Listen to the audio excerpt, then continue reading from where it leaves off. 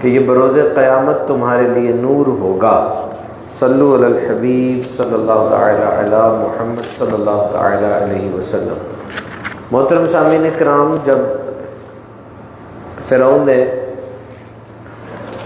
یہ پوچھا سارے جہاں کا رب کیا چیز ہے، تو حضرت موسیٰ علیہ السلام نے فرمایا وہ جس نے زمین اور آسمان کو پیدا فرمایا اور ان دونوں کے درمیان جو کچھ ہے اسی نے پیدا فرمایا، وہ آسمان اور زمین کا رب ہے۔ تو یہ جو جواب حضرت موسیٰ علیہ السلام نے دیا، یہ فرعون کی مینٹل جو کیپیسٹی تھی اس کو مد نظر رکھ کے دیا۔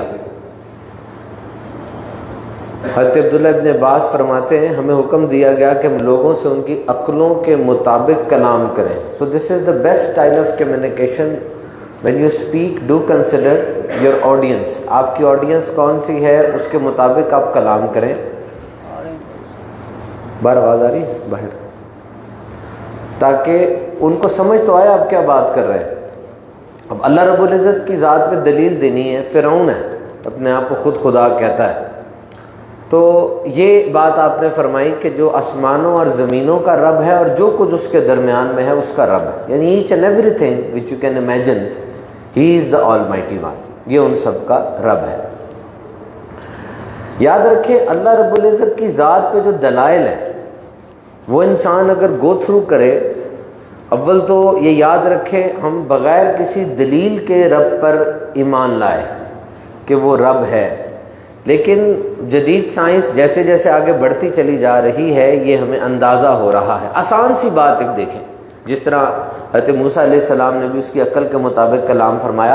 امام شافعی رضی اللہ تعالیٰ عنہ آپ ایک شہتوت کے درخت سے ٹیک لگا کر کھڑے، کسی نے کہا جی مجھے اللہ کو ایک ثابت کرے، آپ نے فرمایا میں اسی شہتوت کے درخت سے تجھے اللہ کو ایک ثابت کر کے دکھاتا ہوں۔ دیکھ یہ شہتوت کا پتا ہے، اس کے اوپر ریشم کا کیڑا چلے اس کے جسم سے ریشم پیدا ہوتا ہے، یہی شہتوت کا پتا بکری کے منہ میں جائے اس سے دودھ نکلتا ہے، یہی شہتوت کا پتا مشک کا سبب بنتا ہے جب یہ ہرن کے منہ میں جائے۔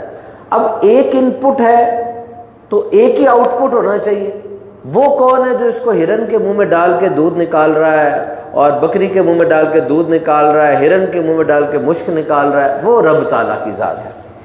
اگر وہ ایک ہو تو طبیعت واحدہ کا تقاضا تو ایک ہونا چاہیے نا۔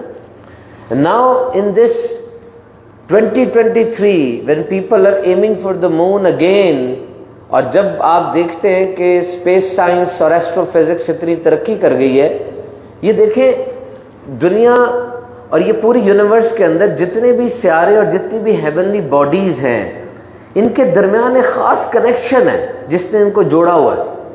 جیسے آپ کے کمرے کے اندر مختلف چیزیں موجود ہیں، وہ کنیکٹڈ ہیں آپس میں، اور وہ کنیکٹڈ اگر نہیں ہوں گی تو بڑا مسئلہ بن جائے گا۔ اور کنیکشن کا بھی ایک طریقہ ہے، بلب کو ایک خاص انرجی جا رہی ہے، فریج کو ایک خاص انرجی جا رہی ہے، اگر اس انرجی سے زیادہ ہو جائے گا تو وہ سڑ جاتے ہیں، اور کم ہوگا تو وہ صحیح پرفارم نہیں کر پاتے۔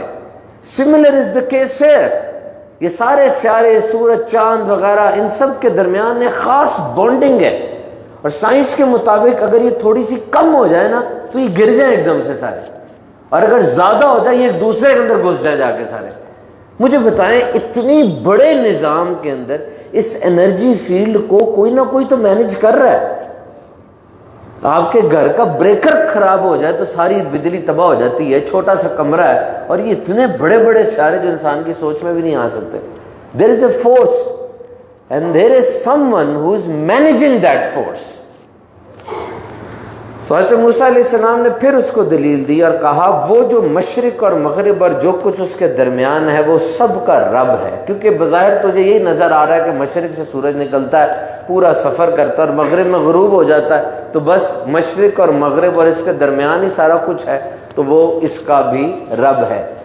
یہ بھی اللہ تعالیٰ کی قدرت کی کتنی بڑی نشانی ہے کہ سورج نکلتا ہے اور پھر سارا ٹریول کرتا ہے اور پھر غروب ہو جاتا ہے۔ کسی نے اس کی مثال ایسے دی کہ جیسے بچہ رات کو سو جائے، پڑھتے پڑھتے سو جائے تو ماں بچے کو وہاں سے نہیں اٹھاتی بلکہ جا کے سوئچ آف کر دیتی ہے کہ میرا بچہ سو گیا ہے، اس کو اندھیرا ملے، اچھی نیند اس کو حاصل ہو جائے۔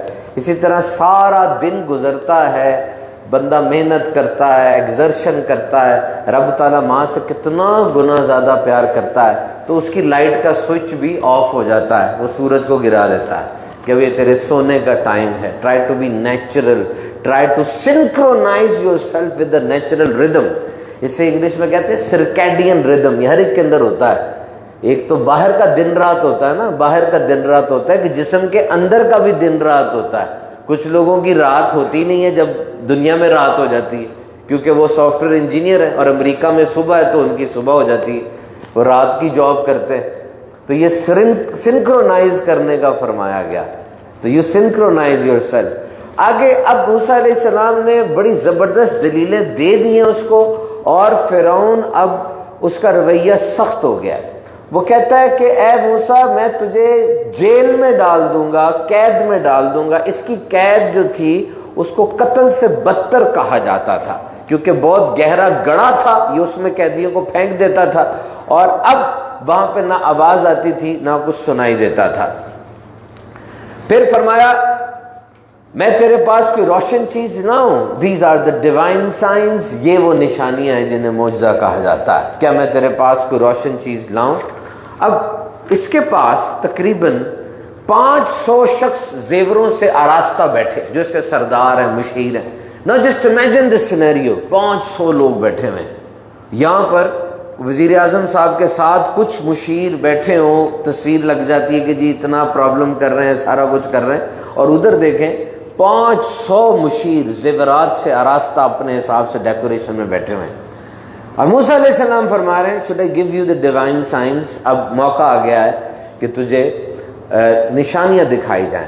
اور پھر آپ نے اپنا عصا، اپنی لاٹھی زمین پہ ڈالی. وہ لاٹھی بہت بڑا اژدہا بن گئی. تفسیر ساوی کے اندر ہے کہ اس اژدہے کی جو لینتھ تھی that was a golden serpent with hair. یہ بالوں والا زرد رنگ کا بڑا اژدہا تھا، اور اس کے جبڑے کی جو لینتھ تھی وہ 120 فٹ کا فاصلہ تھا. نچلا جبڑا اس کا زمین پر تھا، اوپر والا جبڑا اس کا چھت کو لگ رہا تھا، اور اس کے درمیان 120 فٹ کا فاصلہ تھا. اب جب یہ بھاگا اژدہا فرعون کو پکڑنے کے لیے، فرعون نے اپنا تخت چھوڑا اور گھبرا کر کہنے لگا اے موسیٰ، اس کی قسم جس نے تمہیں رسول بنایا، اس کو تو پکڑ لو. آپ نے اس کو دست مبارک میں لیا، وہ دوبارہ لاٹھی بن گئی، اور فرمایا اس کے علاوہ بھی تیرے لیے کچھ ہے. اور اپنا ہاتھ گریبان میں ڈالا، اور جب وہ ہاتھ نکالا تو وہ ہاتھ ایسے چمک رہا تھا کہ دیکھنے والوں کی آنکھیں چکا چوند ہو گئی. Now these are the two divine signs. اب یہاں پر جب اس نے یہ دیکھا تو وہ اپنی ساری خدائی بھول گیا، ڈر کے بھاگا، اور اس نے اپنے مشیروں سے مشورہ کیا. اگر تو خدا ہے تو یہ مشورے کی کیا حاجت ہے؟ ویسے یہ بات یاد رکھیے کہ مشورہ کرنا یہ سنت ہے. نبی مکرم صلی اللہ تعالی علیہ وسلم آپ صاحب الرائے، یعنی بہترین ججمنٹ اور بہترین عقل رکھنے والے ہیں، لیکن آپ مشورہ فرمایا کرتے تھے. جنگ بدر کے اندر حضرت خباب رضی اللہ تعالیٰ عنہ سے جو مشورہ ان کا تھا اس کے مطابق جگہ کا تعین آپ نے کیا. امیر المومنین حضرت عمر فاروق اعظم بھی مشورہ فرمایا کرتے تھے. یاد رکھیے خیانت صرف مال میں نہیں ہوتی، بلکہ خیانت مشورے میں بھی ہوتی ہے، خیانت راز میں بھی ہوتی ہے، اور خیانت اور بھی چیزوں میں ہوتی ہے. جب آپ سے کوئی مشورہ مانگے آپ اس کا صحیح جواب دیں، اور اگر آپ کو جواب نہیں آتا آپ معذرت کر لیں، کیونکہ ابھی اگر آپ کو جواب نہیں آتا اور آپ جان بوجھ کر جواب دینا چاہ رہے ہیں، بندہ پاگل نہیں ہے، وہ اس کو پتہ چل جائے گا کہ اس کو آتا نہیں اور یہ فضول میں اوور ایکٹیو بن رہا ہے، اگلی دفعہ وہ آپ کو مشورے میں شامل نہیں کرے گا. اگر آپ اس دفعہ اقرار کر لیں گے کہ مجھے نہیں پتا، لا ادری، مجھے نہیں پتا، آئی ڈونٹ نو، تو اب آپ کی ریپوٹیشن باقی رہے گی اس کے نظر میں کہ یار اس کو نہیں آتا ہوگا، یہ نہ کر دے گا، آتا ہوگا تو بتا دے گا. اور آج یہ ایکسپرٹ اوپینین کی بڑی امپورٹنٹ سمجھی جاتی ہے دنیا میں. ایکسپرٹ اوپینین کہ جو کام میں کرنے جا رہا ہوں مجھے اس کی ایکسپرٹ اوپینین چاہیے. ہارورڈ یونیورسٹی بزنس ریویو کی میرے پاس ایک تحقیق ہے کہ آپ ضرور مشورہ کریں. ہو سکتا ہے آپ کے پاس 2 حل ہوں کسی چیز کے، اور جب آپ مشورہ کریں آپ کو 10 حل اس کے مل جائیں. اور ہارورڈ والے اس پر پوری بحث کرتے ہیں کہ مشورہ دینا زیادہ ضروری ہے یا مشورہ لینا زیادہ ضروری ہے؟ کیا چیز زیادہ ضروری ہے؟ ان کے مطابق مشورہ دینا یہ بہت اہم چیز ہے. جو اچھے مشورے دیتا رہتا ہے اس کے غصے کا کنٹرول رہتا ہے, وہ بندہ اپنی ڈیولپمنٹ پر بھی توجہ دیتا ہے اور خود اعتمادی بڑھتی ہے. تو اگر آپ باپ ہیں اپنے بچوں کو مشورہ دیں, اگر آپ آفس کے اندر باس ہیں اپنے جونیئرز کو مشورہ دیں, اگر آپ ہمسائے ہیں اور آپ سمجھتے ہیں کہ آپ سے مشورہ لیا جاتا ہے, اپنے مشورے کو مزید اچھا کریں تجربے کے ساتھ. If you are a balanced personality, اور جا کر اس کو مشورہ دیں. ہاں ایک بات یاد رکھیں, دیکھیں اس کمرے کے اندر اگر آپ سب سے اسٹوپڈ آدمی ہیں تو یہ بہت بری بات ہے, لیکن اگر اس کمرے میں آپ سب سے اسمارٹ آدمی ہیں تب بھی اچھی بات نہیں ہے. آپ کے لیے پھر کوئی اور کمرہ ہونا چاہیے تھا جو آپ سے بڑے لوگوں پر مشتمل ہوتا اور آپ کو تو سکھاتا. میں ایک بیلنس پرسنالٹی ہوں, لوگ مجھ سے آگے مشورہ کرتے ہیں, بڑی اچھی بات ہے, لیکن ان کی تربیت تو ہو رہی ہے میرے سے مشورہ کرنے کی وجہ سے. میری تربیت کیوں نہیں ہو رہی؟ میری تربیت کہاں گئی؟ میں بھی تو کسی سے سیکھوں نا. تو there should be always a mentor. تو مشورہ اس نے کیا, اور مشورہ کرنا کس سے چاہیے یہ پوری ایک بحث ہے. نبی پاک صلی اللہ علیہ وسلم نے فرمایا عقل مندوں سے مشورہ کرو اور ان کی بات مانو, اور اگر نہیں مانو گے تو تم گھاٹے میں رہو گے. دوست ہونا چاہیے ایسا جو صحیح مشورہ دے, دوست ہونا چاہیے ایسا جو صحیح مشورہ دے. دیکھیں کسی نے مجھ سے پوچھا کہ دوست وہ ہو جو پریشانیوں کو غائب کر دے. یہ کیسے ہو سکتا ہے؟ پریشانیاں غائب نہیں ہو سکتی. دوست ایسا ہو جو پریشانیوں کو غائب کر دے, یہ ٹھیک نہیں ہے. ٹھیک جملہ یہ ہے دوست وہ ہو جو پریشانی میں خود غائب نہ ہو جائے, ساتھ تو کھڑا ہو نا. کیونکہ یاد رکھنا اگر 1000 دوست بن جائیں گے نا آپ کے, یہ کثیر تعداد نہیں ہے, لیکن اگر ایک دشمن بن جائے گا نا, یہ ایک دشمن بھی کثیر تعداد ہے, کچھ بھی کر سکتا آپ کے لیے. حضرت علی کی بارگاہ میں ایک شخص آیا, وہ آپ سے بغض رکھتا تھا لیکن زبان پہ بڑی تعریفیں کر رہا تھا, بڑی تعریفیں کر رہا تھا. سنیے مولا کائنات کا جواب سنیے. کہتے ہیں سن, جو تو زبان سے کہہ رہا ہے نا میں ویسا نہیں ہوں, لیکن جو تیرے دل میں ہے نا میں اس سے بہت بڑا ہوں. مشورہ اس نے کیا, خدائی کا دعویٰ بول گیا وہ. اب اس زمانے میں اس نے یہ بات کہی, پروپیگنڈا کیا کہ دیکھو یہ اتنا بڑا جادو لے کر آ گئے ہیں تو یہ تمہیں گھروں سے نکال دیں گے اور تمہاری زمین پر قبضہ کر لیں گے. جس سے سیاسی چال بازی تھی, یہ پروپیگنڈا تھا. اس کو پتہ چل گیا تھا یہ نبی ہیں, کیونکہ اس کے جادوگر بہت زیادہ ماتحت تھے, وہ دور ہی جادوگری کا تھا. اسے پتہ چل گیا تھا جو یہ ایکٹس ہوئے یہ جادوگری نہیں ہے. بہرحال اس کو مشورہ یہ دیا کہ ان کے قتل کرنے میں جلدی نہ کرو, تم ایسا کرو مختلف شہروں میں لوگوں کو دوڑاؤ اور جادوگروں کو لے کر آؤ جو بڑے ایکسپرٹ جادوگر ہیں, تاکہ وہ جادوگر جب آ جائیں پھر ہم ان کے ساتھ مقابلہ کرتے ہیں. بڑے جادوگر اکٹھے کیے گئے, اور یہ تھا یوم الزینہ, یہ ان کے لیے دن تھا وعدے کا, میلے کا دن تھا. یہ عاشورہ کی 10ویں محرم تھی, اور یہ دن طے ہوا جب اب ایک مقابلہ ہوگا. اس کے جادوگر آئیں گے, حضرت موسیٰ علیہ السلام آئیں گے. وقت چاشت کا تھا, اور اس ٹائم پر وہ جادوگر سارے فرعون کے پیروکار آ گئے, بہت بڑی فوج تھی. حضرت موسیٰ علیہ السلام نے ان سے کہا تمہاری خرابی ہو, تم اللہ پر جھوٹ نہ باندھو ورنہ وہ تمہیں عذاب سے ہلاک کر دے گا. بے شک وہ ناکام ہوا جس نے جھوٹ باندھا. That line has caused a split. جادوگروں کے گروہ میں یہ جملہ سن کے وہ آپس سے باتیں کرنے لگے کہ یہ تو رب تعالیٰ کی بات کر رہے ہیں, کیا یہ سچے نبی ہیں یا یہ جادوگر ہیں؟ اس پر بات ہو رہی تھی. یہاں پر اب مقابلہ شروع ہونا ہے. ایک بات یاد رکھیے گا, دشمن سے جب مقابلہ کرنا ہونا اس کو اپنے ہوم گراؤنڈ میں لے کر آئے. یہ ہم اعتکاف پہ کہتے ہیں جب بھی دشمن سے مقابلہ کرنا اس کو اپنے ہوم گراؤنڈ پہ لے کر آئے. ہوم گراؤنڈ میں آپ کو ایجا سے لوگ آپ اس پہ بھاری پڑیں گے. جیسے باز شاہین اور سانپ آپس میں لڑتے ہیں نا, شاہین سانپ کو اپنے پنجوں میں دبا کے اوپر آسمان پہ نکل جاتا ہے. کیوں؟ آسمان اس کا ہوم گراؤنڈ ہے, اسے سارا پتا ہے. اور جب الٹیچیوڈ بڑھتا ہے, آکسیجن کم ہوتی ہے, سانپ کو آکسیجن آنا بند ہو جاتی ہے, وہ ویسے اس کے سانس جانے لگتے ہیں. تو دشمن کو اپنے ہوم گراؤنڈ میں لے کر آئیں گے نا, آپ کو ایج مل جائے گا. اسی طریقے سے آپ کے 3 دشمن ہیں, دنیا ہے, نفس ہے اور شیطان ہے. یہ 3 دشمن آپ کے بڑے ہیں. آپ نے ان سے مقابلہ کرنا ہے، ان کو اپنے ہوم گراؤنڈ میں لے کر آئے، اور یہ مسجد آپ کا ہوم گراؤنڈ ہے. ہم مسلمان ہیں، یہ مسجد آپ کا ہوم گراؤنڈ ہے. جب آپ یہاں پر آ کے توبہ استغفار کریں گے، جب یہاں پر آ کے ان کو للکاریں گے، انشاءاللہ اللہ کی مدد شامل حال ہوگی. اب جادوگروں نے صف بندی کر لی اور کہا موسیٰ علیہ السلام آپ اپنا عصا ڈالیں. فرمایا نہیں، تمہیں جو سامان ڈالنا تم وہ سامان ڈالو، تم پہلے کرو. سانپوں سے زمین بھر گئی. انہوں نے کہا فرعون کی عزت کی قسم بے شک ہم غالب ہوں گے. انہیں یقین تھا کہ ہمارا جادو بہت بڑا ہے. انہوں نے جب رسیاں پھینکی، لوگوں کی نظر بندی کر دی، سانپ ہی سانپ ہو گئے. اور یہاں پر تفسیر میں لکھا ہے کہ موسیٰ علیہ السلام کے دل میں خوف ہوا. نمبر 1 کیا تھا کہ یہ سانپ کہیں میری طرف نہ آئے. آپ امیجن کریں لاکھوں لوگوں کا مجمع ہے فی زمانہ بھی، اور اس میں اتنے زیادہ سانپ آ جائیں ایک دم سے. دس از ریئلٹی، قرآن مجید ہے یہ. اور بہت زیادہ سانپ آ گئے. حضرت موسیٰ علیہ السلام کو پہلے خوف ہوا کہ سانپ میری طرف نہ آ جائیں، اور پھر دوسرا خوف یہ ہوا کہ ان کی نظر بندی کی وجہ سے یہ نہ ہو کہ یہ ون سائیڈڈ کمپٹیشن ہو جائے. ون سائیڈڈ کہ وہ یہی سانپ دیکھ کے لوگ کہیں کہ جی یہ تو جیت گئے، یہ تو ختم ہو گئی بات، ہم تو بہت متاثر ہو گئے. ایسا نہ ہو.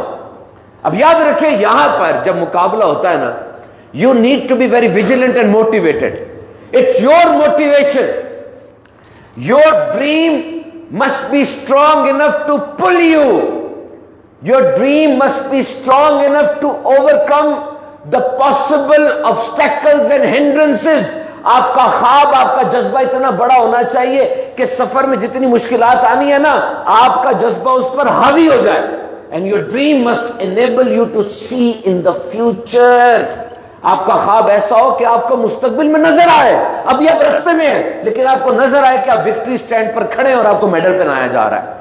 ابھی آپ رستے میں ہیں لیکن آپ کو آوازیں سنائی دے، وہ رولز، وہ چیئرز، وہ اپلاز، شور سنائی دے. وہ جو لوگ جیتنے پر شور نہیں کرتے، آپ کی اپنی جیت کا شور آپ کو رستے میں ہی سنائی دے، حالانکہ آپ منزل پہ نہیں پہنچے ابھی، اور ابھی آپ رستے میں ہو. اپنے آپ کو سوچے کہ آپ اس لائن کو، وننگ لائن کو ٹچ کرتے ہوئے جا رہے ہیں. یہ سب سوچے ہونی چاہیے آپ کی. یاد رکھیے ڈو دا انکمفرٹیبل. وہ چیز آپ کو بور کر رہی ہے، وہ چیز آپ کو اچھی نہیں لگ رہی، کرتے رہے. Do the uncomfortable, repeat it until and unless it becomes comfortable. حتیٰ کہ وہ بور کرنے والی چیز آپ کو مزہ دینے لگے، وہ جیت میں بدل جائے. دیکھیں بات بڑی سمپل سی ہے. اس زمین پر جو فصل آپ اگانا چاہتے ہیں نا، اگر اس کے بیج نہیں بوئیں گے، اس کی تیاری نہیں کریں گے، اس کے لیے پانی نہیں لگائیں گے، تو وہاں جڑی بوٹیاں اگائیں گی. It is automatic. جڑی بوٹیاں آٹومیٹک ہوتی ہیں. جو چاہیے آپ کو اس کا پلان نہیں آپ کر رہے، اس کی گول سیٹنگ نہیں کر رہے، اس کے لیے محنت نہیں کر رہے، تو تباہی کا انتظار کریں. اور یہی دنیا میں بھی ہوتا ہے. If you want to become an engineer, go to engineer university, be on the merit list. 4 سال لگائیں یونیورسٹی میں، اب آپ انجینئر بنیں گے. If you want to become a doctor, go and strive hard, get admission in medical college. It is not easy. اور medical college میں 5 سال لگا کے آپ ڈاکٹر بنیں گے. اور اگر آپ اچھا مسلمان بننا چاہتے ہیں تو جائیں اچھے مسلمانوں کو پڑھیں، ان کے ساتھ رہیں، ان کی صحبت میں رہیں، محنت کوشش کریں، تب جا کے اچھے مسلمان بنیں گے. ریممبر، خوشنما اور چمکدار منزلیں، ان کے رستے ہمیشہ دشوار ہوا کرتے ہیں، آسان نہیں ہوا کرتے.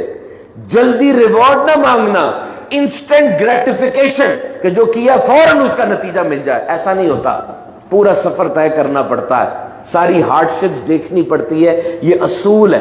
Never quit. بس کوئٹ نہیں کرنا، ہارنا نہیں ہے، میدان میں جمے رہنا ہے، گیم چھوڑ کے بھاگنا نہیں ہے. حضرت موسیٰ علیہ السلام آگے بڑھے، آگے بڑھ کر اپنا عصا زمین پر ڈال دیا. جیسی زمین پر ڈالا، وہ اتنا بڑا سانپ بن گیا.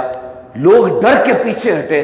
اس سانپ نے، بڑے اژدہے نے سارے چھوٹے سانپوں کو نگل لیا اور پھر اسی حیت میں واپس آ گیا جیسے وہ پہلے لاٹھی تھا. یہ منظر جب ان جادوگروں نے دیکھا جو اپنے فن میں ماہر تھے نا، they were expert، انہوں نے فوراً اعلان کیا کہ یہ جو انہوں نے کیا یہ جادو نہیں ہے، یہ یقیناً نبوت کا معجزہ ہے. انہوں نے وہیں سجدہ کیا اور کہا ہم ایمان لائے اس رب پہ جو تمام جہانوں کا رب ہے. یہ بڑی شان کی بات تھی کہ وہی جادوگر جو متحرف تھے فوراً ہی مسلمان ہو جاتے ہیں.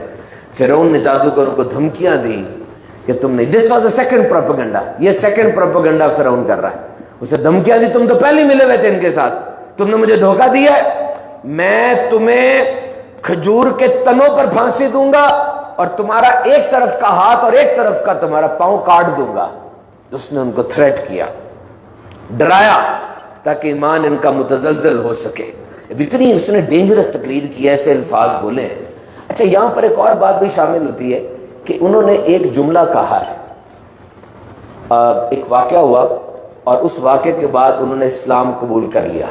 اب فرعون اس کے پاس پاور بھی ہے اور وہ یہ کر بھی سکتا ہے, اس کی بات سے یہ مرغوب نہیں ہو رہے.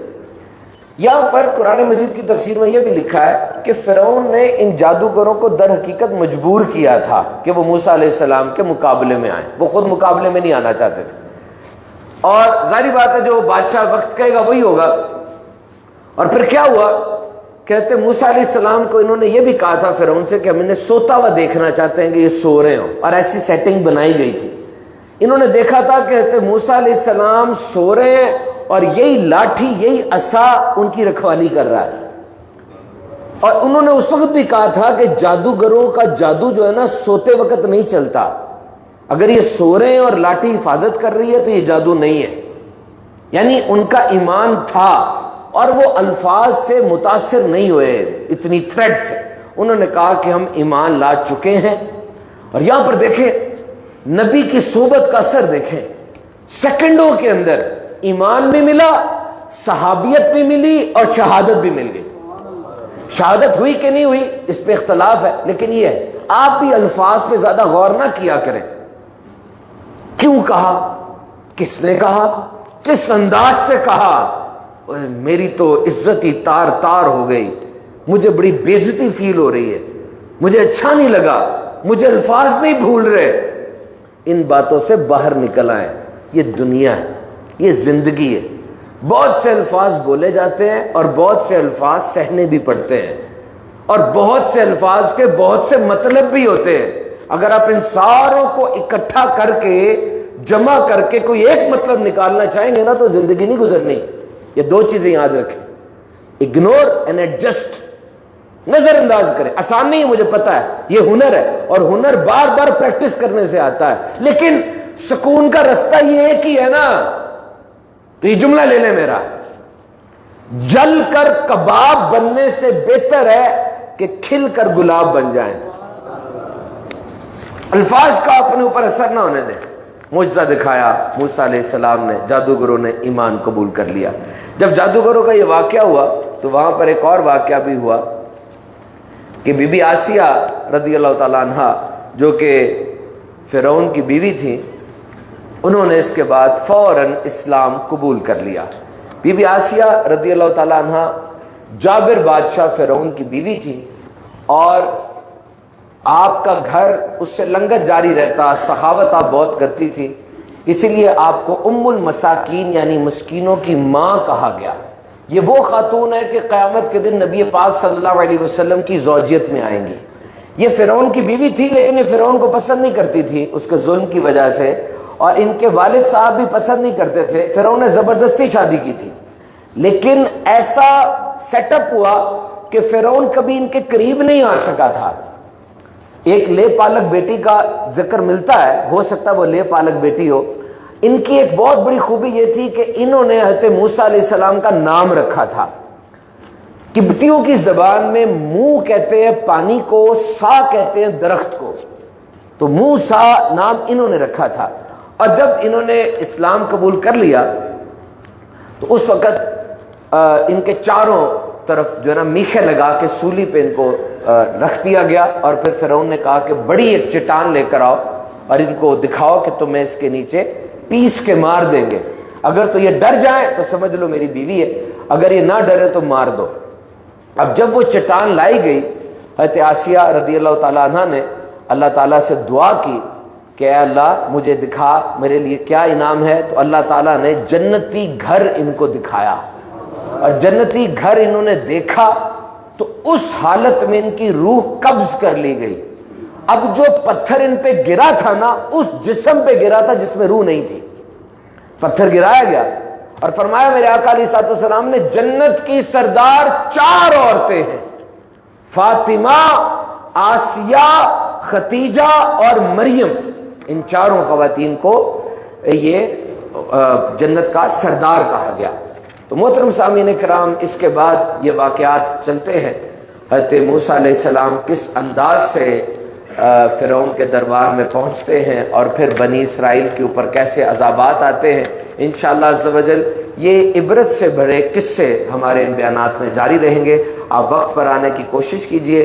انشاءاللہ عز و جل ہمارے جمعے کے خطبات جاری رہیں گے. آمین بجاہ نبی امین.